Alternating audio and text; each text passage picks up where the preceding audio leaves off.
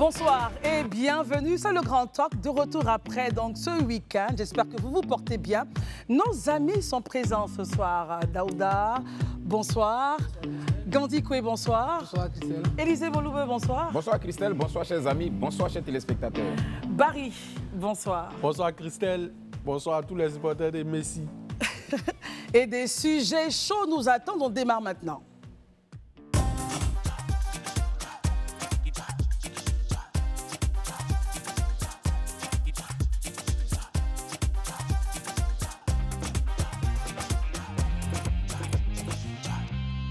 Encore une fois, bonsoir et bienvenue. L'appel de Bonois sera-t-il entendu par les partis politiques d'opposition?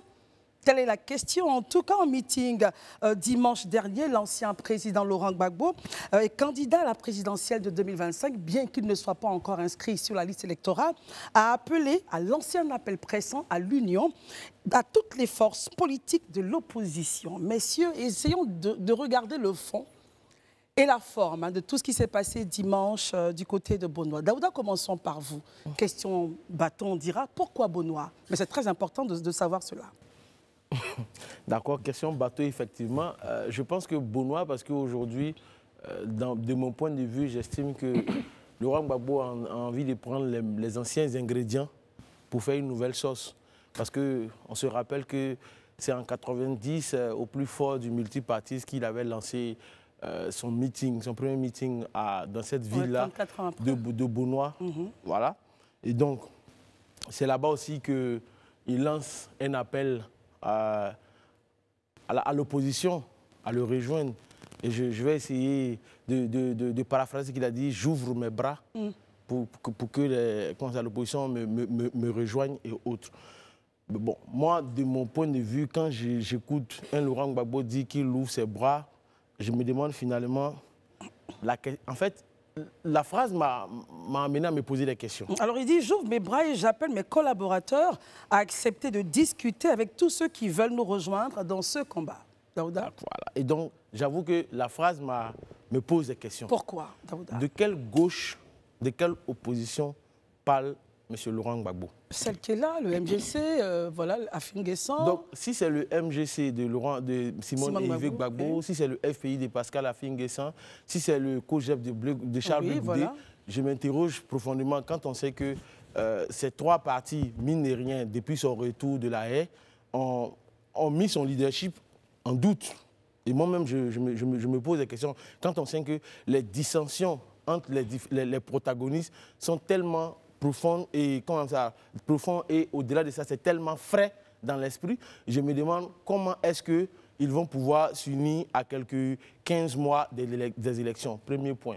Le deuxième point, c'est qu'aujourd'hui, quand on regarde l'écosystème politique, les dernières élections à mi-mandat ont démontré par A plus B que finalement, que ce soit le PPACI, que ce soit le FPI ou même le MGC ou le COJEP de Charles Blé Goudé, bon, franchement, ils ont été battus à plate couture par le RHGP et le PDCI. Quand on regarde les sièges des régionales, parce que je prends les régionales, parce que le corpus électoral au niveau des régionales est le même qu'au présidentiel. Et le RHGP a eu 26 régions, le PDCI 3 régions, un indépendant et un siège PDCI et PPACI. De mon analyse. Un indépendant devenu RHGP par la suite. Voilà. De mon analyse, je me dis que cette sortie en fait, de Laurent Gbagbo est une réponse claire et nette à M. Tidiane Thiam. Très bien. Voilà. Alors, si vous avez raté quelques points saillants de ce meeting, avec cet élément, vous serez situé et nous, on continue le débriefer. À tout de suite. Il faut que nous nous arrangions pour que ce gouvernement ne soit plus là en 2025.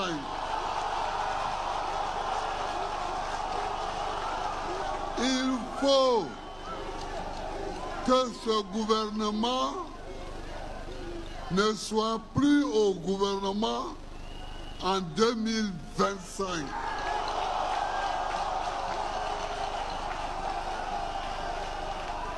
Donc, je veux profiter de la terre de Bonois.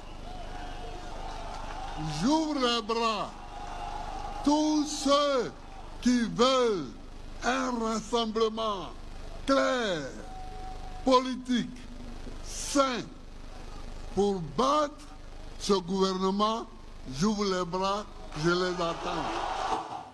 Alors, Gandhi Koué, est-ce que justement le président du PPACI ne répond pas ici à l'appel maintes fois donné par certains partis politiques d'opposition et qu'on irait peut-être vers une union sacrée avec peut-être lui comme tête de liste, ou le PDCI pourrait dire non, on est là pour jouer aussi les premiers rôles. Votre avis? Bon, je pense qu'à ce niveau-là, déjà, le président Laurent Gbagbo, concernant cet appel, il est certes tardif, mais en fait, il est nécessaire. Comme on le dit dans l'adage, il n'est jamais trop tard pour bien faire. Et pour revenir à votre question, effectivement, Laurent Gbagbo en fait, rejoint ses lieutenants déjà qui avaient déjà demandé en fait, le rassemblement de la gauche. Mais il va au-delà de ça, il va au-delà du rassemblement de la gauche. Il parle plutôt du rassemblement de toutes les forces politiques de l'opposition qui ne veulent plus voir ce gouvernement-là. Donc déjà, vous constatez qu'au-delà de ce que ses ex-lieutenants avaient demandé, lui va au-delà de ça pour en fait là tirer Thiam, si je comprends bien, le président du PDCI. Parce qu'en parlant des forces de l'opposition, c'est au-delà de la gauche, de ses lieutenants et du président du PDCI. Est-ce que c'est possible que justement que Thiam rejoigne cet appel-là? Oui, ça va dépendre du contenu que Laurent Gbagbo veut offrir vraiment à ce rassemblement. Parce qu'on peut se rassembler pour quoi faire? On se rassemble soit peut-être pour avoir peut-être une liste électorale audible, on se rassemble pour avoir une commission électorale en fait plus crédible, mais on se rassemble pour quoi faire? Ça dépend du contenu. Mais tout compte fait, je me dis qu'un appel est toujours le bienvenu, c'est salutable en politique, comme on le dit. Gbagbo Laurent étant historien, le président Gbagbo Laurent étant historien, il comprend déjà avec ce qui vient de se passer en France. Je pense que c'est une manière pour lui en fait de déjà dire en fait qu'il est à péril à la demeure, qu'il a une nécessité impérative de pouvoir s'unir. Mais en tout cas, pour l'instant, jusqu'à présent, l'appel de Beaunois semble rester sans réponse. Hein. On n'a pas encore les chapelles politiques qui donnent de la voix pour dire oui ou non. Oui, ben dans tous les cas, Gbagbo Laurent présente déjà une posture nouvelle parce que quand il est venu, on l'attendait déjà sur ça. Il ne l'a pas fait et il dit déjà à l'opinion en fait que j'ai changé, je suis dans une nouvelle dynamique et on attend le wait and see. Très bien.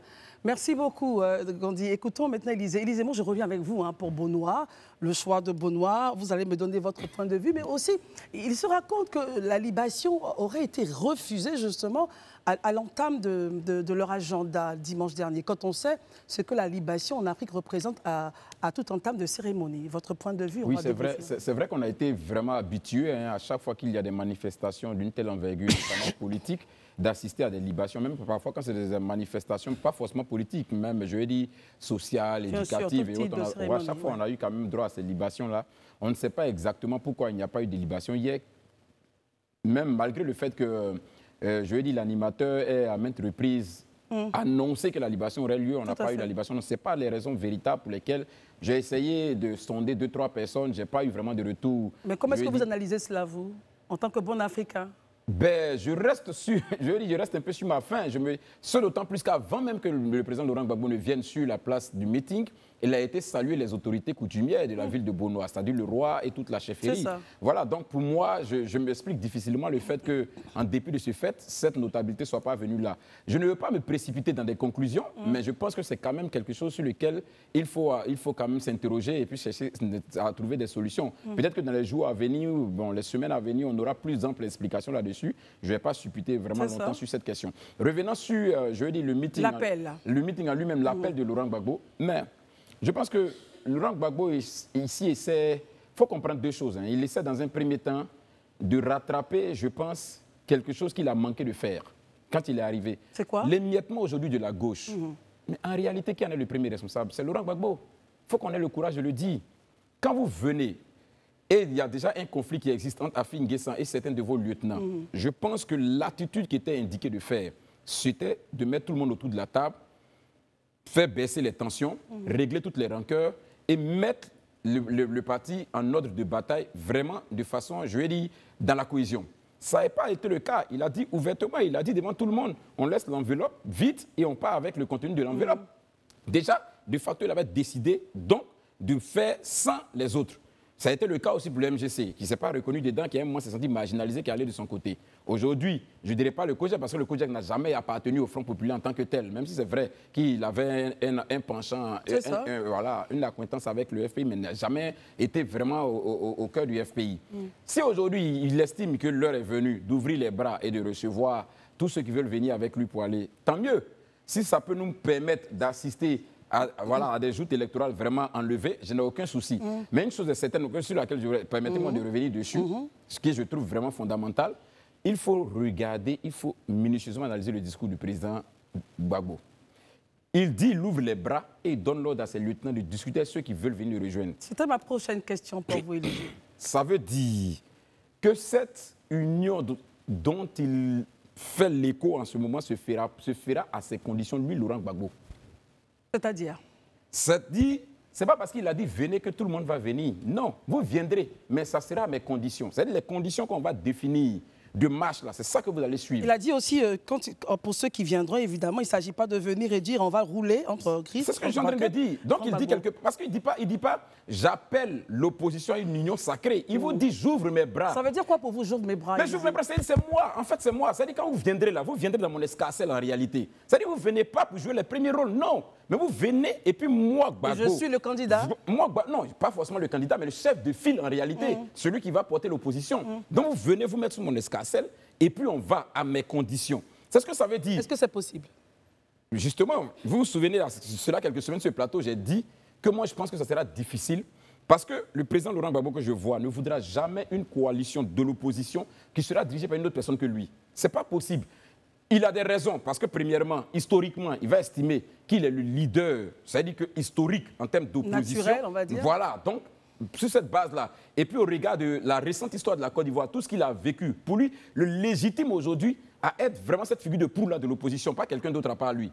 Donc, ça risque d'être vraiment difficile. Quand on sent, par exemple, qu'au niveau du PDCI, aujourd'hui, Thiam, il est en train de monter, et les uns et les autres aussi essaient de le positionner vraiment comme la figure qui, pour moi, serait la plus crédible, selon les partisans de Thiam, la plus crédible à représenter officiellement l'opposition. Donc, je pense que sur cette base-là, il risque d'avoir quelques frictions.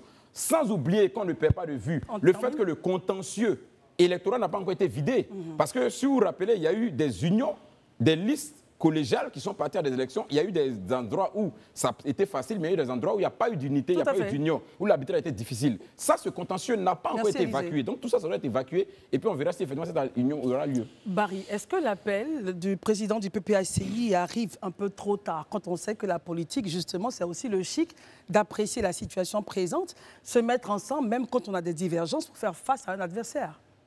En politique, il n'est jamais trop tard. Il n'est jamais trop tard pour changer les choses.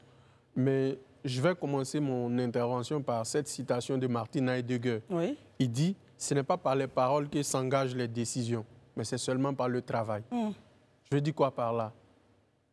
Le président Gbagbo a annoncé qu'il est ouvert. Il ouvre ses bras. Les gens viennent. Mais cette ouverture-là ne peut se concrétiser que par le travail. C'est-à-dire? Le travail, c'est quoi? C'est d'approcher de façon diplomatique ceux qui sont concernés par son appel.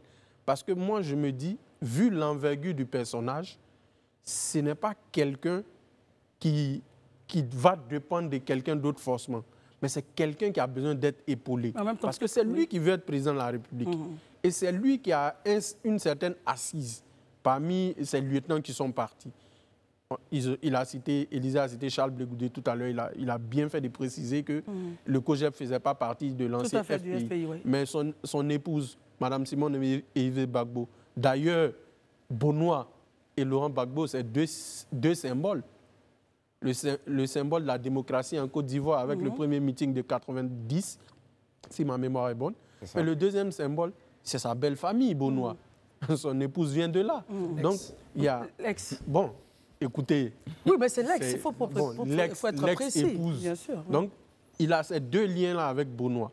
Il vient à Benoît pour essayer de relancer. C'est la même chose sur le plan anthropologique, en fait. Donc, le président Gbagbo a lancé un appel. Justement, dans cet appel-là, j'ai entendu quelque chose, c'est qu'on voit une évolution. L'évolution, c'est laquelle? Il était dans une dynamique où il disait « je ne suis pas là pour rassembler l'opposition » à un certain moment. Et là, on est passé à une évolution où il dit « nous ouvrons nos bras à ceux qui veulent se joindre à nous ». Mais il fixe des conditions. Élysée l'a dit tout à l'heure. Le président Gbagbo n'appelle pas quelqu'un pour vraiment se mettre derrière lui. Mais il a besoin de rassembler le plus de force parce qu'il a en face de lui le RHDP parti au pouvoir qui est dans une dynamique victorieuse depuis 2010. Le PDCI, excusez-moi, M. Tidiane Thiam, il ne prend pas la tête du PDCI pour figurer. il prend la tête du PDCI pour conquérir le pouvoir d'État. Donc il y a cet élément fondamental-là. Moi, je pense que le message du président Gbagbo s'adresse plus à ses lieutenants avec qui il est en froid. Et ça, c'est à saluer.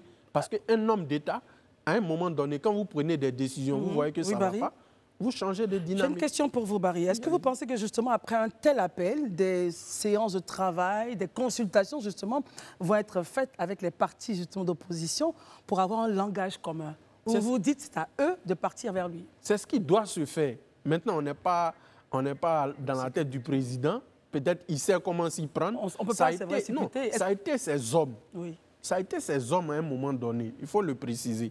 Donc, il sait comment chacun d'eux réagit face à un propos de sa part. Donc, peut-être qu'il n'aura même pas besoin d'aller vers eux. Quand ils ont entendu l'appel, ils vont suivre. Voilà, peut-être que ça a été fait. Donc, on ne peut émettre que des hypothèses. Tout à fait. Mais je reste convaincu, et je termine par là, par cette citation. Le plus sage des hommes politiques est celui qui ne promet rien. C'est aussi la plus grande des vérités qui mérite respect. Chose rare de ne rien promettre, mais simplement de bien nous diriger. C'est tout ce que le peuple demande. Alors, Daouda, justement, avec ce qui s'est passé à Bono, on peut se demander si, en face, on a un nom qui n'est pas encore inscrit sur une liste électorale. On a également donc le président du PPACI qui demande l'union sacrée autour de sa personne, au total de ce qu'on retient. Est-ce que vous pensez concrètement que ce doit être ça le débat, ou de se dire il nous faut trouver un autre nom, quelqu'un qui pourrait porter la bannière PPACI à cette élection qui arrive? Daouda? Avant que vous ne lanciez le magnéto, je vous disais que de mon analyse avec la sortie de Laurent Gbagbo, je pense que son discours n'était pas adressé forcément à ses lieutenants. Mais au-delà de ses lieutenants, ce discours s'adresse plus au PDCI de Tidiane Thiam. Je m'explique pourquoi. Vous focalisez sur le PDCI? Oui, parce que à la vérité, aujourd'hui, je prends le terme, le jeune Tidiane Thiam se positionne à qui veut l'entendre qu'il est le leader incontesté de l'opposition ivoirienne aujourd'hui. Comment cela, Daouda? Oui, mais le PDCI n'a jamais été, depuis 1999, le PDCI n'a jamais été aussi proche du pouvoir d'État que pratiquement en 2024. Quels sont ces faits-là qui vous prouvent qu'ils sont si proches du pouvoir d'État? Ils sont si proches parce qu'ils sont le premier parti. Quand tu regardes les derniers chiffres des élections, c'est en fonction de ça qu'on démontre qui est le leader ou pas. Donc, en termes de chiffres, le PDCI est le leader incontesté aujourd'hui. Et son leader est Tidiane Thiam, qui aujourd'hui, quand on regarde ses sorties, mais, prenons un exemple simple. Quand Tidiane Thiam prend la parole, qu'on le veuille ou pas, ça fait parler tout le monde. Mais quand M. Laurent Gbagbo parle, bon... Mais ça fait parler déjà. Oui, ça fait parler, mais ce n'est pas comme dans... Qu'est-ce que ça voulait dire au niveau des éléments de langage des uns des autres? Justement, je vais y arriver. Donc aujourd'hui, j'estime que quand M. Laurent Gbagbo part à Bonois et qu'il dit « j'ouvre mes bras, rejoignez-moi, j'appelle maintenant à discuter avec tout le monde et tout ça », mais en gros, c'est pour montrer, pour recontextualiser le débat, pour dire que si on doit faire une union, parce que n'oubliez pas, l'appel que M. Laurent Gbagbo lance, on fait comme si c'était M. Laurent Gbagbo qui lance un appel. Mme Simone et Yves Gbagbo avaient lancé le même appel il y a quelques temps. Tout à fait. Pascal Affi-N'Guessan avait lancé le même appel à l'Union. Le COJEP également. Le COJEP aussi avait lancé un appel. Est-ce que dernièrement, M. Soumaïla Bredoumi du PDCI n'avait pas lancé le même appel? Tout à fait. Mais aujourd'hui, lui, il lance un appel et il dit, comme Élisée le disait, l'appel que je lance à l'Union, ça se fera à mes conditions. Or, il démontre dans sa démarche que c'est les autres, comme si les autres avaient besoin de lui. Or, en réalité, c'est lui, Laurent Gbagbo, qui a plus besoin des autres que les autres de lui. Je reste avec vous, Daouda. Oui. Tous lancent un appel. Ça veut dire au moins qu'il y a une vision commune. Il y a une vision commune. Or, quand tu regardes l'appel qui a été lancé par les uns et les autres, notamment du vivant de feu Henri Konan Bédié, chaque fois qu'il devait faire une union avec un parti, il discutait d'abord. Est-ce que là, il y a eu discussion? Monsieur Laurent Gbagbo... Ça, on ne le sait pas. Voilà, on ne sait pas. Là, on a appris à Bonois qu'il lance un appel. Mais je vais terminer. Donc, aujourd'hui, disons les choses clairement, parce que pour ceux qui se rappellent bien, il y a 2 ou 3 mois de cela, M. Tidiane Thiam était à Mama. Vous vous rappelez de cela? Rien à filtrer. Rien à filtrer. Mais pour qui est un peu introduit, qui écoute ça et là, mais de ce qui sort des deux QG politiques, concrètement, Tidiane Thiam aurait dit à Gbagbo qu'il souhaiterait que l'autre le suive. Donc Gbagbo rejoigne donc Tidiane Thiam pour être le leader, pour aller contre le président Alassane Ouattara. Mais aujourd'hui, concrètement, Mais quand Gbagbo Laurent fait cette sortie, il dit à Tidiane Thiam, non, moi je ne te suivrai pas. Et là, j'estime que M. Laurent Gbagbo est dans une forme de paternalisme pour dire concrètement, j'ai été celui qui a combattu farouchement ton grand-père Félix Houphouët-Boigny, j'ai combattu ton père en griffe, qu'on appelle ça, Henri Konan Bédié. Donc ce n'est pas moi qui vais te suivre, mais c'est toi qui devrais me suivre. Mais aujourd'hui, on parlait de ces leaders. Je termine sur ça rapidement. On parlait de ces leaders, que ce soit Blé Goudé, Simone et Afi. Ils parlent de l'union, mais est-ce qu'ils ont parlé d'une union autour de Laurent Gbagbo? C'est ça la question. Très bien, Koué. Alors, il faut qu'on fasse peut-être le distinguo. Oui. Tous ont demandé une union de la gauche. Ça coinçait parce que justement, du côté PPACI, on n'avait pas cette réponse. Aujourd'hui, on l'a.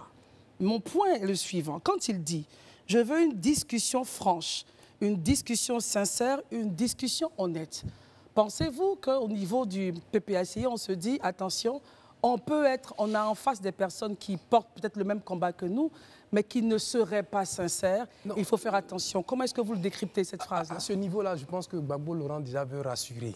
En fait, compte tenu déjà du passé qu'on lui connaît, en fait, avec toute l'étiquette qu'on lui donne, il veut déjà baliser pour dire, en fait, que vous venez à moi et rassurez-vous que je ne serai plus le même, mais je ne serai plus, en fait... Il a dit, on ne vient pas me rouler, hein. Mais justement... Ce qu'il a dit, ça veut dire quoi, on ne vient pas me rouler? On ne vient pas me rouler. Je pense que ça devait plutôt s'adresser même à Gbagbo Laurent. C'est-à-dire que ceux qui l'appellent, en fait, au rassemblement devaient s'interroger pour dire, mais attends, j'espère qu'il ne va pas encore nous rouler. Donc déjà, lui, il anticipe. Vous voulez dire qu'il se parle à lui-même, c'est ça que vous dites? Oui, non, il ne se parle pas à lui-même, il parle aux autres, mais en fait, il veut les rassurer.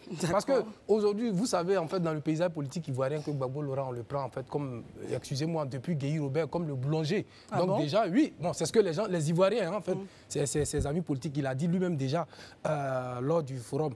Mais ce qui est important, en fait, aujourd'hui, parce que je n'ai pas la même vision, appeler à un rassemblement n'est pas forcément autour d'une personne. Ça peut être autour de certaines idées. Vous avez vu le front... Quand il dit « j'ouvre mes bras, je vous attends », est-ce que justement il ne centralise pas la question autour de lui? En même temps qu'il centralise, mais déjà, il invite déjà à échanger, c'est déjà bon. Par le passé, il n'était pas prêt à s'asseoir. C'est déjà un plus. Donc on a avancé. On a avancé. Donc Gbagbo Laurent a changé de posture. Celui qui n'était pas prêt par... Jusqu'à aujourd'hui, Blé Goudé n'a pas encore été reçu par Gbagbo Laurent. Afi N'Guessan, pareil. Même Simone, même déjà qu'il invite déjà au rassemblement, donc il y a lieu de discuter. Parce que justement, toutes ces questions seront pas épuisées. Ils vont discuter, voilà, donc l'occasion est déjà belle. Donc pour moi, c'est déjà un plus, et c'est à saluer. Élisée Boloubeu, au total, on risque d'avoir une gauche unie. Puisque, enfin, c'est une question, hein. Est-ce que vous pensez que l'ensemble de la gauche ivoirienne pourrait donc se rassembler, on pourrait les voir en conclave, et puis par derrière discuter des conditions de comment est-ce que leur stratégie va avancer? Vous savez, en Côte d'Ivoire, la politique nous a, ou du moins la vie politique nous a appris à ne jamais dire jamais. Donc on ne peut pas d'office dire que jamais la gauche ne va se réunir. Mais une chose est certaine, il faut se reconnaître que le fossé aussi s'est élargi quand même. Au niveau de la gauche, il y a eu tellement de friction, tellement de dissensions. Ceci dit, je pense que les hommes politiques auront suffisamment cette grandeur d'esprit de pouvoir réduire ces fossés jusqu'à créer cette union. Mais on ne perd pas de vue que le fossé en réalité existe bel et bien. Et il y a des signes qui le montrent, il y a des faits, il y a des actions qui montrent que le fossé, il est vraiment grand. Malgré l'appel de Benoît, on ne pourra pas... C'est pas ce que je suis en train de dire. Je suis en train de dire qu'on ne dit jamais, jamais. Voilà, mais je dis le fossé, déjà, au niveau même de l'opposition, de la gauche, le fossé s'est élargi. Quand vous prenez aujourd'hui les relations qui existent entre M. Laurent Gbagbo et M. Charles Blé Goudé, il y a un fossé réel, il ne faut pas qu'on se voie la face, il faut qu'on ait l'honnêteté de le dire. Il y a des lieutenants de Laurent Gbagbo qui ont traité Blé Goudé comment on appelle ça, d'adversaires et qui vont le traiter comme tel. Ils l'ont dit, et il y a eu plusieurs même sorties qui étaient vraiment très virulentes à l'endroit de Blé Goudé. Mais Élisée, quand il dit j'appelle mes collaborateurs à accepter, ça veut dire qu'il passe en même temps un message à son équipe. Réaction? Ce que je suis en train de... Vous me rejoignez, je suis en train de dire qu'on ne peut pas dire qu'ils ne vont pas se réunir. Mais je note un fait. Le fait aujourd'hui, c'est que tout ce qui s'est passé a contribué à créer un large fossé entre les différents partis qui constituent la gauche. Ça, c'est une réalité. Si aujourd'hui Laurent Gbagbo vient, qu'il dit qu'il ouvre ses bras, comme je l'ai dit, analysez bien le message. J'ouvre mes bras et j'ordonne à mes collaborateurs de discuter avec les uns et les autres. Il poursuit la phrase, mais il n'y aura pas de roubladise. C'est-à-dire, Laurent Gbagbo vous dit ouvertement tout de suite qu'il ouvre ses bras, mais tout se fera aux conditions de Laurent Gbagbo. Ça, il faut déjà que chaque... Maintenant, si vous pensez que vous ne pouvez pas, aux conditions de Laurent Gbagbo, ça veut dire que vous n'êtes pas concerné par l'appel. Mais ceux qui pensent qu'ils pourront aller et suivre les dictats de Laurent Gbagbo iront. Mais ceux qui ne le pourront pas, ils n'iront pas. Ça, c'est déjà la première chose. Mais une chose encore plus importante que j'ai notée, que pour moi, on ne peut pas laisser ça comme ça. C'est quand Laurent Gbagbo finit de lancer l'appel et qu'il vient sur les éléments constitutifs, en fait, je lui ai dit des faits sociétaux qui nous ont entourés ces derniers jours, avec notamment les suicides, quand il est revenu sur les suicides et la cherté de la vie. Moi, je vais être honnête. Pour quelqu'un qui veut briguer la magistrature suprême, j'ai trouvé Laurent Gbagbo trop évasif sur ces questions. C'est-à-dire, Élysée, trop évasif. Qu'est-ce que vous auriez aimé qu'il dise, par exemple, sur ces sujets? Très simple. Aujourd'hui, vous avez remarqué que la Côte d'Ivoire, on enregistre un fort taux de suicide.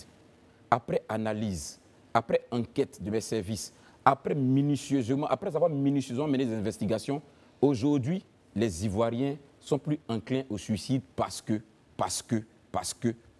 moi, Laurent Gbagbo, j'estime qu'on ne peut plus aller dans ce sens parce qu'aujourd'hui, il faut que ça change. Et pour que ça change, voici ce que je propose. C'est ça, en fait. C'est-à-dire, arrivé à un moment donné, il faut qu'on arrête de dire juste qu'on fasse le... Mais attends, quelle a été la différence entre ce que Laurent Gbagbo a dit et le constat que moi, Élysée, j'établis? Il n'y a aucun. Moi, je ne suis pas leader politique. Je ne suis pas en quête de lui, voix. En tant que président, je ne suis pas en quête de voix pour aller pour briguer la présidence. Mais lui, c'est le cas. Donc, il ne peut pas venir juste établir un constat au même niveau qu'Élysée Bolbeux. Que je constate aujourd'hui qu'il y a quelques suicides, que je constate aujourd'hui que le piment coûte cher. Plus spécifique dans bien sûr, il faut qu'on soit plus pointu. Aujourd'hui, il faut peut-être que les politiciens comprennent que le logiciel doit changer. Les Ivoiriens deviennent de plus en plus exigeants. C'est-à-dire, avant, là, on pouvait se contenter de menus frétins. Mais aujourd'hui, on a besoin de quelque chose de plus consistant. Et les Ivoiriens sont de plus en plus nombreux à vouloir des choses beaucoup plus consistantes que juste établir des faits. Si vous avez un avis à donner sur la thématique, n'hésitez pas à nous joindre. Notre téléphone est ouvert. On sera très, très heureux de vous accueillir au téléphone. Nous avons déjà quelqu'un qui nous appelle, Monsieur Isaac Doumbia. Il nous appelle de Cocody. Monsieur Doumbia, bonsoir. Bonsoir, Madame Isabelle. Et bonsoir à tout le plateau. Moi, c'est Christelle Mellet, pas Isabelle. Isabelle, vous la verrez tout à l'heure. Alors, le point... Non, c'est pas grave. Bonsoir, Madame Christelle. Bonsoir, très cher. Dites-moi, quel est votre point de vue sur la sortie du président du PPAC? Bon, je pense que le président Laurent Gbagbo a fait son petit chemin de Damas depuis qu'il est revenu. Ce que nous attendions de lui, qu'il fasse l'union, ça a retardé. En interne, on critiquait. Mais maintenant que ça a été fait, nous, on salue cette initiative-là. Nous, peuple de gauche de Côte d'Ivoire et l'ensemble de l'opposition. Voilà. Maintenant, j'aimerais exprimer un avis par rapport à ce que Daouda a dit. Je ne sais pas si c'est possible. Allez-y, nous vous écoutons. D'accord. Sans animosité aucune, j'ai rien contre Daouda, vraiment. Mais j'ai vu plusieurs émissions où il disait que c'est le rôle de Laurent Gbagbo d'unir. Maintenant qu'il parle d'union, il interprète ça comme une union que Laurent Gbagbo veut que les gens s'unissent derrière lui. Et que tout le président s'unisse derrière lui. Non, il n'a pas précisé qu'il doit s'unir derrière lui. Il a dit ceux qui veulent s'unir à moi, qu'ils viennent s'unir. Et pourquoi lui veut interpréter ça dans le sens où Laurent Gbagbo veut que les gens viennent s'unir derrière lui, que Tiam vienne s'unir derrière lui. Au contraire, si on a une opposition forte, avec deux têtes fortes, c'est tout bénéfice pour l'opposition. Très bien. Alors, en même temps, il faut le dire, nous sommes en démocratie et les avis des personnes sont à respecter. Bien sûr, j'entends votre point. Je veux juste dire que chacun est libre ici d'interpréter comme il le suit, comme il l'entend. Voilà, c'est très important. Comme on respecte votre point de vue. Voilà. Merci infiniment. Merci d'avoir appelé. Daouda, vous voulez réagir? Oui, très rapidement. Et on continue. Monsieur Doumbia, en fait, effectivement, ce que vous dites n'est pas faux. Je l'ai déjà dit, j'ai appelé à l'union. Je pense que mes camarades sur le plateau ont eu à expliquer que l'union vient un peu tard. Et Gandhi disait tout à l'heure qu'il n'est jamais trop tard pour bien faire. Oui, il a appelé à l'union. Mais quand vous écoutez M. Laurent Gbagbo, je pense qu'il a appelé à l'union dans quelles conditions? Parce que ce qu'il dit, c'est de la langue française. Dans quelles conditions? Il dit « rejoignez-moi ». Élysée, tu peux répéter, s'il te plaît? Oui, allez-y, continuez, oui. Et il dit, rejoignez-moi, mes bras sont ouverts, et je paraphrase, pour dire qu'il appelle ses lieutenants à discuter avec qui voudra bien les retrouver dans leur union. Frère, ça veut tout simplement dire que notre union se fera clairement à mes conditions. Or, quand M. Charles Blé Goudé appelle à l'union, quand Mme Simone Eivé appelle à l'union, quand M. Pascal Affi-N'Guessan appelle à l'union, je ne pense pas qu'ils appellent tous à l'union pour avoir comme leader M. Laurent Gbagbo. Ça, on ne le sait pas pour l'instant. Non, sincèrement, parce que s'ils appellaient à l'union contre lui, Pour lui, ils allaient le dire clairement. Ils ne l'ont pas dit. Donc et pour moi, c'est des hommes politiques, ils appellent à l'union pour aller contre le président Alassane Ouattara. Mais pour aller dans cette union-là, il faut... Contre le RHDP. Mais pour aller à cette union-là, il faut que dans cette union-là, ça se fasse sur un programme de société dont Élysée parlait justement. On ne peut pas s'unir juste parce qu'on veut faire du dégagisme. Il faut s'unir dans un plan, dans un programme que nous allons présenter aux populations. Et c'est en fonction du plan que les populations choisissent, du programme pour dire clairement. Et pour terminer, je vais dire... Barry va prendre la parole juste après. Rapidement. Quand Laurent Gbagbo il a parlé pendant peut-être tout ce temps, 2 heures du temps, 3 heures du temps, moi, comme Élysée, oui, mais j'aurais voulu qu'au-delà de tout, qu'on propose quelque chose. Parce que l'Ivoirien, aujourd'hui, demande des choses. Ils sont devenus exigeants. Donc il faut leur dire clairement, je vais faire ci, je vais faire ça, je vais faire ci. On pourrait rien retenir du discours, rien Franchement, là, aujourd'hui, sur quoi tout le monde débat. Très bien. Rejoignez-moi, j'ouvre mes bras. Très selon bien. mes conditions. Écoutons Barry. Alors, cet appel-là, finalement, Barry, pensez-vous qu'il sera entendu par la gauche ivoirienne? Sincèrement, quel est votre point de vue en tant qu'observateur? Est-ce que cela sera entendu? Vous vous dites, les gens vont se dire, c'est pas la peine, le temps est passé, c'est trop tard, chacun fera cavalier seul. Est-ce qu'il sera entendu? C'est la suite des événements qui nous dira si c'est le cas ou non. Aujourd'hui, on est dans un contexte de la présidentielle de 2025. Le PDCI occupe la scène depuis un bon moment. Tidjane Thiam s'est lancé dans un certain nombre d'actions. Le RHDP, comme je l'ai dit tout à l'heure, ils sont dans une dynamique victorieuse depuis 2010. Et eux aussi, ils occupent la scène publique à leur façon. Maintenant, le PPACI, le président Gbagbo, comme je l'ai dit, il y a une évolution dans son discours. Cette évolution-là, c'est que cette fois-ci, il n'est plus dans la posture de quelqu'un qui ne veut plus, qui n'a pas pour rôle d'unir l'opposition. Mais il appelle une ouverture. Mais ne soyons pas dupes. Le président Gbagbo, son envergure, c'est un ancien président de la République. Il veut être président de la République. Il ne va pas appeler pour se mettre derrière quelqu'un. Ah, ça, c'est le réalisme politique. Il faut être réaliste. S'il appelle, c'est pour que les gens puissent venir travailler avec lui. Maintenant, je reviens sur ma question, Barry. C'est vrai qu'on ne peut pas faire de charlatanisme, mais en même temps, vous êtes observateur. Est-ce que le fait de venir le rejoindre et le porter, est-ce que cela fera l'affaire, par exemple, de cette gauche-là qui demandait certes un rassemblement, mais à quelles conditions? La gauche a tout intérêt à s'unir. Et pour moi, le candidat de la gauche qui est le plus à même d'avoir un scoring qui peut lui permettre d'aller au second tour, c'est le président Gbagbo. Ça, il ne faut pas qu'on se le... C'est pas le PDCI, Tidjane Thiam? Non, le PDCI n'est pas un parti de gauche. Pardon, excusez-moi. Je ne parle pas de l'opposition, je parle de la gauche. Le candidat qui peut vraiment avoir un score électoral qui peut peut-être leur permettre d'aller au second tour, c'est le président Gbagbo. Non, ça, c'est son point de vue. C'est mon point de vue. Maintenant, dans l'opposition, je l'ai dit tout à l'heure, le PDCI et le PPACI ont 2 dinosaures à leur tête. 2 hommes avec une envergure. C'est vrai que Tidjane Thiam n'a jamais compétit. Les gens le disent. Mais quand vous voyez comment ils se déploient sur le terrain, vous savez qu'ils sont dans une dynamique de conquête du pouvoir d'État. Et le RHDP, naturellement, ne fera pas la passe à quelqu'un. Donc, il faut rassembler tout le monde. Écoutons Élysée sur ce point-là. Oui, moi, je veux rebondir sur ce point. Sur la question de savoir si la gauche peut se réunir. Moi, je pense que... Est-ce que l'appel sera entendu? Voilà.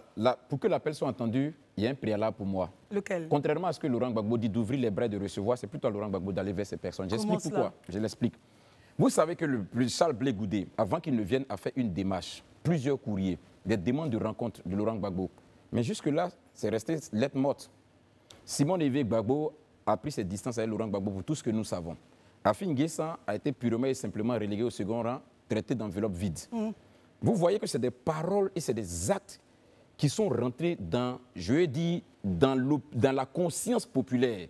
Tout le monde sait. Quand vous regardez un peu comment les choses se sont déroulées, vous voyez que ce n'est ni Afin Guessan qui décide de partir, d'abandonner Laurent Gbagbo. Ce n'est ni Blé Goudé qui décide de partir, d'abandonner Laurent Gbagbo, ni encore moins Simone. Mais c'est les circonstances créées par Laurent Gbagbo et son environnement immédiat qui occasionne cette situation. Et le préalable, comme je le dis, voudrait que, quand on décide à un moment donné d'avoir fait sa mue et d'avoir compris que la responsabilité qu'on avait rejetée par le passé, à savoir qu'on ne devait pas réunir la gauche, mais qu'aujourd'hui nous tend la main et nous prouve que nous devons réunir la gauche, nous oblige à faire profil bas, à être humble et à demander à ces personnes-là de les recevoir, d'évacuer tous les contentieux et de permettre à cette gauche-là d'aller sur de bonnes bases. Élisée Beloube, quand vous dites que le président du FPI a été présenté comme enveloppe vide, je l'entends, mais en même temps, c'est le même président du FPI qui, lors de ses déclarations, parlant donc du rassemblement, a porté la réélection, du moins la réinscription de Laurent Gbagbo sur la liste électorale. Oui, est-ce que lui n'a pas dépassé ce débat je vais dire, vous donnez de l'eau à mon moulin, justement. Ce n'est ni Afi, ni Blé, Goudé, ni Mme Gbagbo qui ont décidé délibérément de quitter. C'est parce que les circonstances et les conditions créées par Laurent Gbagbo et son état-major très proches les ont obligés à prendre cette distance. Donc aujourd'hui, si en réalité, eux, ils restent dans leur même posture, toujours d'ouverture, mais qui doit faire la démarche en réalité? C'est celui qui avait fermé, qui avait carrément fait ce mur autour de lui, qui doit pouvoir maintenant créer un portail, une ouverture, pour que cela puisse passer pour venir. Est-ce que vous l'envisagez, selon vous? C'est possible. Je veux dire, on est en politique en Côte d'Ivoire, rien n'est impossible. Tout est possible, mais comme je le dis, le préalable, c'est ce pas-là que M. Laurent Gbagbo, dans l'humilité, doit pouvoir faire à l'endroit de ces personnes. Vous savez, un leader qui est fort, un leader qui a la capacité de mobiliser, c'est ce leader qui sait être humble et qui sait parfois reconnaître ses erreurs. C'est ce leader-là qui est élevé. Donc, selon vous, le président du PPACI devrait reconnaître d'abord ses erreurs avant d'appeler à l'union sacrée de la gauche. Je ne sais pas si on aura le temps de prendre votre point en la demi de la demi et on part au journal. OK. Allez-y. Bon, en fait, moi, je n'ai pas forcément la même perception du rassemblement. Mais c'est normal. Je l'ai dit tout à l'heure. Pour moi, déjà, dès lors que Laurent Gbagbo appelle au rassemblement, c'est déjà un pas positif. Et en parlant, parce que par le passé, les gens ne se parlaient pas.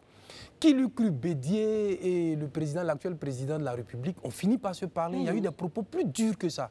Mais les gens ont fini par se parler. Ils se sont entendus et ils ont combattu Gbagbo Laurent. Vous voyez aujourd'hui, quand on prend le cas de Soro Guillaume, qui a dit beaucoup de choses sur le président de la République, mais aujourd'hui, qui se met dans une dynamique, pour créer une certaine réconciliation. Avec tous les lieutenants de Gbagbo, dès lors que Gbagbo Laurent appelle au rassemblement, c'est qu'il est prêt aujourd'hui à discuter avec Blé Goudé. Il est prêt à discuter avec Afi. Donc ça, c'est déjà un pas positif. Lors de la discussion, on pourra lui dire, par exemple, Gbagbo, ce n'est plus à toi d'être, par exemple, le fer de lance. Ah, très bien. Selon vous, à cette réunion-là... Oui, justement, puisqu'il va falloir qu'on se parle pour qu'on puisse lui dire ce qu'on pouvait lui dire. Voilà. Donc déjà, au cours de ce rassemblement-là, je pense que les gens pourront se parler et dire ce qu'ils doivent dire à Gbagbo Laurent. Je serais très surpris. Bon, il sera surpris. En tout cas, le rassemblement est mal parti. Nous, en tout cas, on attend de voir comment est-ce que la chose va être déroulée. L'appel de Bonois va-t-il être entendu par la partie politique d'opposition? Wait and see, comme disait Gandhi. À tout à l'heure. Merci d'être avec nous. Le grand talk continue. Maintenant, cap, bien sûr, toujours en Côte d'Ivoire. Nous allons parler d'un article que nous avons donc vu passer dans le quotidien Jeune Afrique. Notre confrère révélait qu'une réconciliation entre le chef de l'État et son opposant en exil, Soro Guillaume, semblerait de plus en plus hypothétique. Le dernier appel, justement téléphonique, a tourné court. Barry, pourrait-on savoir davantage avec vous? Effectivement, l'article de, je ne sais pas si je peux citer, de Jeune Afrique, je l'avais déjà dit, de Jeune Afrique, fait état d'un échange téléphonique, 3 appels entre le président Alassane Ouattara et l'ex-premier ministre Guillaume Soro. Et ce qu'on apprend de cet article-là, c'est que les échanges ont tourné autour des excuses du premier ministre Soro adressées au président Ouattara, qui aurait souhaité les entendre de vive voix. Et naturellement, il aurait évoqué son état de santé au président pour qu'il puisse l'aider à trouver une solution. Et naturellement, le président Ouattara aurait contacté les autorités de transition du Niger, le général Tchiani, chef de la transition, et le premier ministre Ali Maman Zen, pour que ces autorités-là puissent aider le premier ministre Soro à trouver des soins de qualité pour améliorer son état de santé. Et naturellement, ce qu'on constate, c'est que M. Soro a paru agacé parce qu'il gardait son lieu de résidence discret, pour ne pas dire secret. Mais les États sont ce qu'ils sont. C'est aussi, entre parenthèses, un message à tous les gens de l'AES qui insultent les gens matin, midi, soir. C'est pour leur dire que le président Ouattara parle au général Tchiani. Et là où il parle au général Tchiani, c'est qu'il veut dire qu'il peut parler au colonel Goïta ou au capitaine Traoré. Donc, il faut retenir ça. Les États n'ont que des intérêts. Donc, le président de l'Assemblée nationale, Soro Guillaume, aurait souhaité que le président Ouattara le confie au président Sassou Nguesso. Et c'est à partir de là que le malentendu serait né et que le président aurait pris congé de M. Guillaume Soro. Très bien. Alors, selon l'article, le président du GPS donc, aurait annoncé au président Alassane Ouattara qu'il serait malade, souffrant d'une grave maladie. Et celui-ci lui dit, écoutez, donc je demande, enfin, je pense qu'il découvre après que le président Alassane Ouattara parle donc au président, au président du Niger, ensuite à son premier ministre qui aussi est passé par la Côte d'Ivoire, Lamine Zeine. Barry, avec cela, ce point-ci, vous avez dit les États n'ont pas d'amis, ils ont des intérêts. Donc le président de la République peut donc avoir de très belles relations avec les chefs d'État des pays de l'AES, contrairement à ce qu'on peut penser ou découvrir.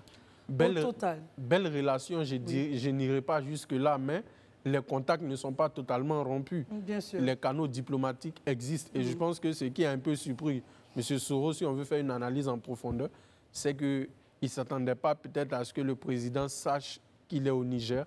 Donc c'est aussi un message à tous ceux qui disent que le gouvernement ivoirien veut l'arrêter, il veut l'appréhender, c'est ceci, c'est cela. Ça veut dire que M. Soro parle au président Alassane Ouattara. Le président Alassane Ouattara parle à ses tuteurs. Il sait où M. Soro se trouve. Les services ivoiriens savent où il se trouve. Et ce que je dirais pour chuter, c'est que M. Soro, son retour en Côte d'Ivoire dépend de lui, pour moi. Selon vous, la solution, c'est qu'il revienne en Côte d'Ivoire. C'est qu'il revienne en Côte d'Ivoire, mais ça dépend de lui. Parce que si le président Ouattara était fermé, il n'aurait pas décroché son appel. Et le président Ouattara, excusez-moi pour terminer, a montré par le passé qu'il pardonne à tous ceux qui ont été proches de lui, qui décident de revenir à de meilleurs sentiments. Élisée Bolobo, quel est votre point de vue sur cette situation? Bon, déjà, si ce que l'article révèle est vrai, c'est-à-dire à savoir que l'ancien Premier ministre et président de l'Assemblée nationale, Guillaume Soro, serait malade, c'est vraiment une bien triste nouvelle. Et mes prières, en tout cas mes vœux de bonne santé l'accompagnent. Selon l'article, une grave maladie. C'est ce que je dis, voilà, mes vœux de bonne santé l'accompagnent. Et je pense que c'est pour moi une occasion aussi de lancer un appel au Premier ministre Guillaume Soro. Moi, je pense que la vie des hommes est faite de haut et de bas. Il peut arriver des moments, à un certain moment donné, où on a pensé que c'était le temps de la belligérance, et puis il est arrivé des moments où on pense que c'est le temps de la paix des braves. Moi, je crois que la volonté du président Guillaume Soro et de plusieurs Ivoiriens, en tout cas épris de paix, ne serait pas qu'on nous renvoie Guillaume Soro, je ai dit, non vivant. Aujourd'hui, on voudrait voir Guillaume Soro revenir en Côte d'Ivoire. Tous les acteurs politiques comprennent que l'essentiel va au-delà de leur simple personne et que c'est l'intérêt de la Côte d'Ivoire qui compte et qu'on puisse quand même faire fi de nos égos et mettre en avant vraiment ce sentiment d'humilité-là qui est nécessaire pour qu'on puisse bâtir ensemble une Côte d'Ivoire. La Côte d'Ivoire n'est pas la propriété exclusive d'une personne, ni d'un camp politique, ni d'un leader politique. La Côte d'Ivoire est la propriété de tous les Ivoiriens. Tous les Ivoiriens, tout autant qu'ils sont aussi légitimes à revendiquer la Côte d'Ivoire.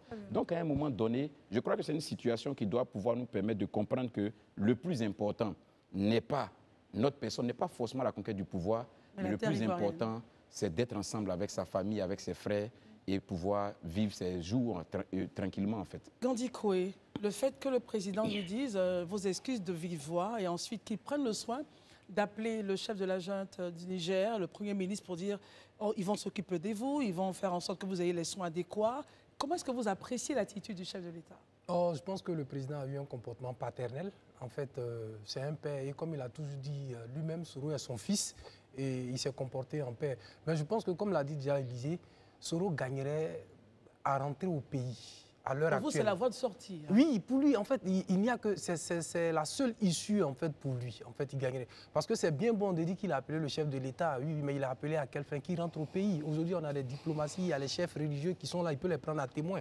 Et comme il le disait par le passé concernant Bleu Goudé, au lieu d'errer, tourner, tout ça, on est mieux que chez soi. Il n'y a pas mieux que ça. Il a été un homme politique à un certain moment donné, s'il pense qu'il y a eu des incompréhensions. Et puis, il n'y a pas de gêne à demander pardon à un aîné, à un président de la République qu'on a pris comme un père. Voilà, c'est ça. Les hommes politiques doivent comprendre que dans la dimension humaine, souvent, on doit être habité par l'humilité. Il n'y a que ça. À un moment donné, on pense qu'on a déconné, on ne s'est pas entendu. Il y a le pardon et comme l'a dit Élisée, on rentre au pays. Parce que à quoi sert de rester en dehors du pays qui veut diriger? Le GPS est là, tous les autres sont venus. Donc il peut arriver. Si le président a pu libérer certains de ces gars, je pense que quand il va venir, il y a toujours... L'effet du temps est toujours salutable. Le temps fait toujours son effet. Il n'y a rien à faire. Merci Gandhi. Daoud, à votre point de vue? Merci beaucoup, Christelle. Pour la première fois, la situation actuelle n'appelle pas de ma part un commentaire. Je souhaite bon prompt remplacement à Soro Guillaume et qu'il puisse rentrer au pays. Vous n'avez rien à dire. Ajouter sur le point. Rien. Très bien, d'accord. On prend note et puis nous, on va donc permettre à notre invité, on ferme la page politique de cet épisode-là, on ferme cette page et nous allons avec beaucoup de plaisir recevoir une dame, Madame Fanta Traoré Sako, fondatrice du cabinet Empowerment, Talent and Career. Elle donc parle de l'employabilité des jeunes diplômés, les réponses apportées par le Forum des stages.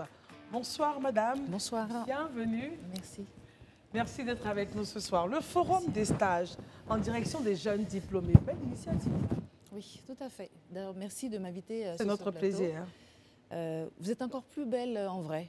Oh. Voilà, je passe le message comme ça. On m'a dit de vous dire. Merci, voilà, maintenant je pourrais le dire. Et je vous rejoins en plus en tant que femme, donc c'est bien, ce plateau d'hommes. Mais oui, le Forum des stages, c'est une initiative qui a été créée en 2016. Donc je suis moi-même Fanta Traoré Sako, directrice générale et fondatrice du cabinet Empower. Et c'est vrai que, alors, on est focalisé, on va dire depuis 2014, sur le coaching, le recrutement, la formation, l'accompagnement des cadres et dirigeants. Mais en 2016, suite à un constat, on va dire, assez difficile, où beaucoup de jeunes nous sollicitaient pour avoir des stages, avoir une première expérience, on s'est dit qu'il fallait qu'on monte une activité vraiment pour eux, spécifiquement pour eux. Et c'est ce qu'on a fait à travers donc le Forum des stages, qui fait partie d'une initiative qui s'appelle New Power, le pouvoir aux jeunes. Et donc, on organise la prochaine édition, la 12e, le 19 juillet à l'Hôtel Ivoire. Très bien. Élisée Bolubeu. OK. Qui sont ceux qui sont attendus à ce forum des stages? Est-ce que c'est les jeunes diplômés? Est-ce que c'est les gens qui sont déjà, je vais dire, en activité, qui voudraient peut-être faire une reconversion de carrière? C'est qui en réalité que vous attendez à ce forum? Très bonne question. On attend alors, premièrement, les jeunes diplômés. Des jeunes diplômés et même des étudiants, parce que c'est des stages professionnels, mais c'est aussi des stages écoles. Il y a tout type de stages.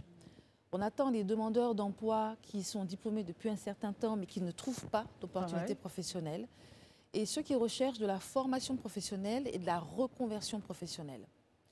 Donc ça, c'est pour la partie de ceux qui vont bénéficier des entreprises. Donc c'est la deuxième population que nous attendons. Des entreprises de tout secteur d'activité, secteur public et privé, mais également des formateurs, des coachs et des experts professionnels. Alors pour que vous soyez bien perçus par nos téléspectateurs, vous allez juste pousser un peu le jeté, le foulard. OK. Voilà, comme ça. Il ne faut pas qu'il touche le micro. C'est parfait. Pour que vous soyez bien perçus. Ça marche. Élisée, vous avez donc réponse à votre question. Barry? Bon, vous avez dit que vous avez lancé Empower Talent en 2016, si je vous ai bien suivi. De 2016 à 2024, ça fait déjà 8 ans d'expérience. Quel bilan vous pouvez faire à mi-chemin de toutes vos activités? Oui. Alors déjà, c'est vrai que sur les 8 années, on a eu à organiser 12 éditions. 12 éditions qui nous ont permis de rassembler environ 270 entreprises. Donc 270 entreprises des différentes branches d'activité, de l'agro, de l'énergie, de la finance, enfin bon, vraiment toutes les branches ont été représentées. On a pu également recueillir, en tout cas avoir autour de 75 000 visiteurs. Ça, c'est l'addition cumulée depuis 2016. Là, on voit les éditions, par exemple, à Yamoussoukro. Ça, c'était la dernière à Yamoussoukro. On a été à Korogo, on est à Abidjan, également à Bamako, puisqu'on n'est pas uniquement en Côte d'Ivoire. Et c'est aussi aujourd'hui environ 7 000 stages qui ont été offerts aux jeunes, proposés et pourvus par les jeunes. Donc c'est vrai qu'on aimerait augmenter ce ratio. D'où ma présence aujourd'hui, c'est de dire aux entreprises, les jeunes ont besoin de vous. 7 000, c'est bien, on pourra se contenter de ça, mais je trouve que, en tout cas pour nous, c'est pas assez. On peut faire mieux, on peut faire beaucoup mieux. Et c'est pour ça qu'on a accompagné cette année par 2 ministères aussi, le ministère de la promotion de la jeunesse et de l'insertion professionnelle et services civiques, exactement, mais également le ministère de l'enseignement technique, de la formation professionnelle et d'apprentissage. Très bien. Daouda? D'accord. En fait, ma prime, elle vient de répondre à la question que mes Les partenaires institutionnels? Oui, les partenaires institutionnels, parce qu'en 12 ans, je me suis demandé, mais j'ai des partenaires à 3 reprises, je ne voyais pas les ministères dessus. Oui, ils sont là. Oh, je sais que techniquement, c'est un projet sur lequel ils sont véritablement très actifs. Mais concrètement, aujourd'hui, les entreprises que vous insérez les gens, les jeunes, avec quoi est-ce qu'ils doivent venir concrètement, venir vous voir, pouvoir avoir des stages? Est-ce que concrètement, c'est sûr qu'ils auront ces stages-là? Oui. Est-ce que c'est rémunéré derrière? C'est la dernière. Oui. Et surtout que ce qu'il faut dire aux jeunes, c'est qu'au-delà même du stage, avant d'obtenir un stage, il faut déjà être employable.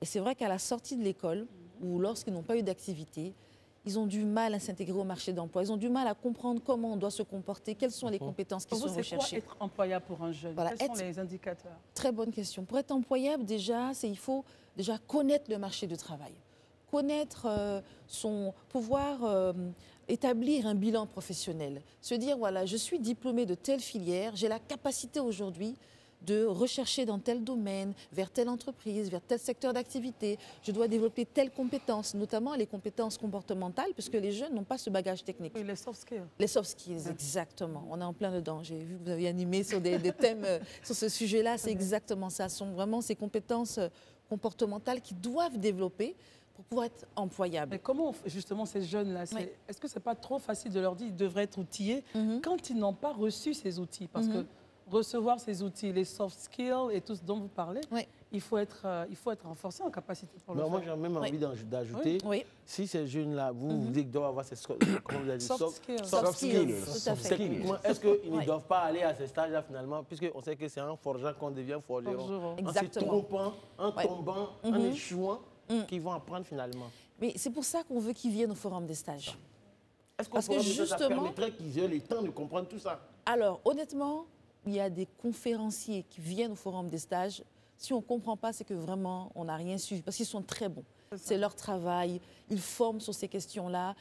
Ce sont des DRH, des experts, des professionnels qui ont l'habitude, qui connaissent leur métier et qui savent exactement ce que les jeunes doivent développer. Donc du coup, à ce forum, ce n'est pas uniquement venir déposer son CV, je m'assois, j'écoute. Non. Il y aura des ateliers, des conférences. Ils vont pouvoir échanger avec des décideurs. Parce que les jeunes ne disent pas uniquement on manque de compétences, ils disent clairement nous, on n'est pas fils de quelqu'un. On n'a pas de réseau, on ne connaît rien, on ne sait pas vers où se diriger. Si on n'a pas, en gros, une famille, entre guillemets, qui peut nous ouvrir les portes, on ne sait pas comment faire. Le forum des stages est là pour ça. Venir parler à des décideurs qu'on ne pourrait pas rencontrer tous les jours. En envoyant un CV, même, on peut en envoyer 100, 200. On ne pourra jamais voir ce DRH qu'on vise. Mais là, on a l'occasion de les rencontrer avec des grosses sociétés, effectivement, qui sont citées déjà sur le visuel. Très bien. Madame la directrice, ce que je veux savoir, à quelles conditions on arrive à ce forum-là, au-delà du diplôme? C'est payant, c'est des formations payantes? C'est ce que je veux savoir. Alors, c'est gratuit. OK. Au-delà de la gratuité. Maintenant, je veux savoir, au-delà du genre, est-ce que vous avez une particularité avec le genre, les hommes, les femmes? Vous faites la part belle à qui? Les femmes? On fait la part belle à personne. Selon vos chiffres, en fait. C'est la méritocratie. Selon vos chiffres. Selon les chiffres, je vous donne un exemple.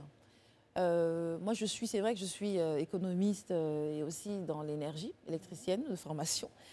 Il y a très peu de femmes, par exemple, dans les métiers techniques. Donc, on essaie... C'est maintenant que les politiques sont en train exactement, c'est maintenant qu'on est en train de... Donc, on essaie de repérer quelques perles comme ça, d'aller les chercher dans les écoles, parce qu'on n'attend pas aussi qu'ils viennent, qu'ils s'inscrivent. On a des partenariats aussi avec des écoles pour vraiment essayer de repérer les perles. On n'a pas de politique, on va dire, discrimination positive.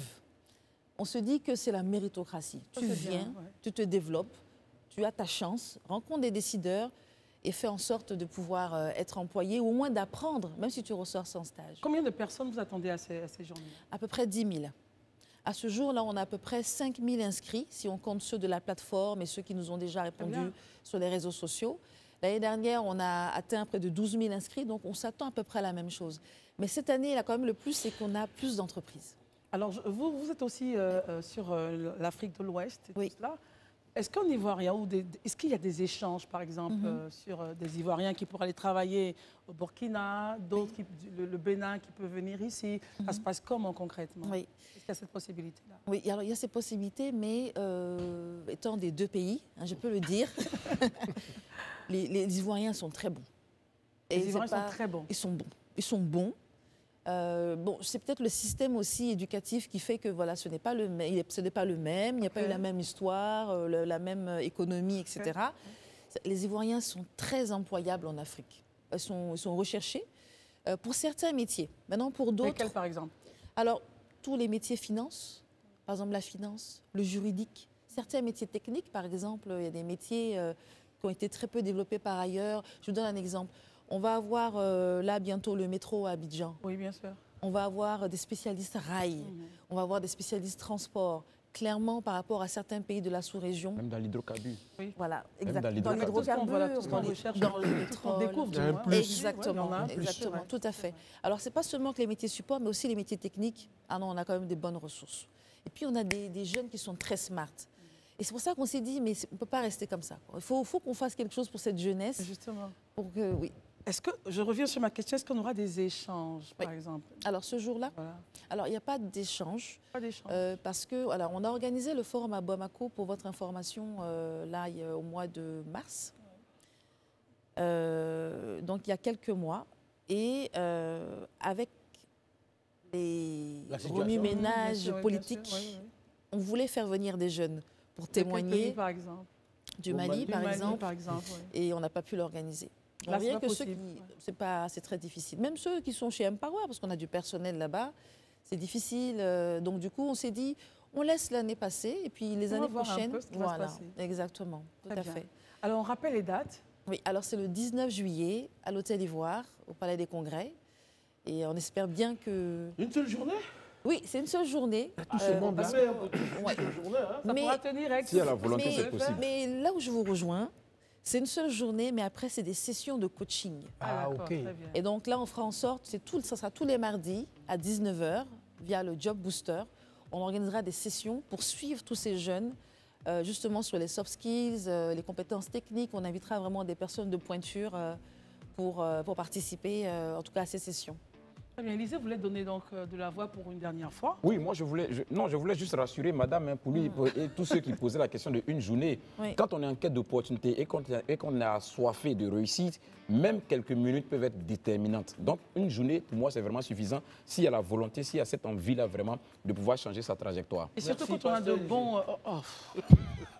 Surtout quand on a de bons DG qui seront là pour donner le mot exact, pour encourager ces jeunes-là. Je peux les citer? Mais bien sûr. Eh bien, écoutez, là déjà, on a lancé un concours, parce que c'est quand même une innovation cette année, en plus des années précédentes. On organise le concours Pitch ton CV. Donc là, on a l'ANSUT, le BNet, CFO Consumer, qui ont déjà offert 30 stages. Et on est déjà là en train de dépouiller. Donc en avant-première, c'est-à-dire qu'il y a des entreprises qui ont déjà émis des besoins. Mais ces 3 entreprises, disons que sont vraiment des grosses marques employeurs. Mais après ça, on aura d'autres sociétés, Cyprel, on a des sociétés comme C'est Moi, enfin bon, Vinci, CIE. Et c'est payé? Les stages sont payants? Et Life est aussi une société qui nous aide depuis le début. Forcément, on est toujours à la pointe. Oui. Et les stages sont rémunérés? Oui, alors les stages sont rémunérés par les entreprises. Alors ça dépend des postes. Ça dépend des postes. Mais déjà, le ministère de la promotion de la jeunesse s'engage à déjà prendre en charge tous les stagiaires qui seront pris lors de ce forum. Donc ça, c'est super. On a cet accompagnement-là. On peut vous assurer que là-bas, ils sont déjà payés. Voilà, c'est ça. On a le tarif, c'est 45 000. Merci beaucoup. Je vous en prie. Madame Fanta Traoré Sako, alors, j'espère que les jeunes pourront quand même s'inscrire. Hein. Je mets quand même le scan. Je ne sais pas si... Enfin, donnez-moi, je vais essayer de... D'accord. Je vais essayer de try. Vous les écrans pour scanner rapidement. Il faut que tu lèves bien. Il faut que je lève bien, c'est ça? Vous levez les écrans pour scanner. Allez, donc, allez-y, on fait un zoom. Voilà, on va essayer de prendre pour que justement ils puissent scanner cela et aller s'inscrire massivement pour participer à ce forum. Voilà, donc forum des stages, c'est le 19 juillet au Sofitel Abidjan, Hôtel Ivoire. Voilà, on a 1 heure, on démarre on va dire, on démarre à quelle heure? À 7 heures. À 7 heures? Oui. Ok. c'est leur Très bien. boulot. Ouais. C'est pour les lèches-tôt. Alors, ça, donc, merci beaucoup. Vous êtes fondatrice du cabinet Empower Talent and Career, employabilité des jeunes diplômés, les réponses apportées par le Forum des stages. Merci, madame. Merci d'être venue. Merci beaucoup. Merci à tous. Restez là. Merci à tous. On court, au pas de course, on se laisse. On se retrouve donc demain pour une autre émission du Grand Talk. Bye bye, bonsoir.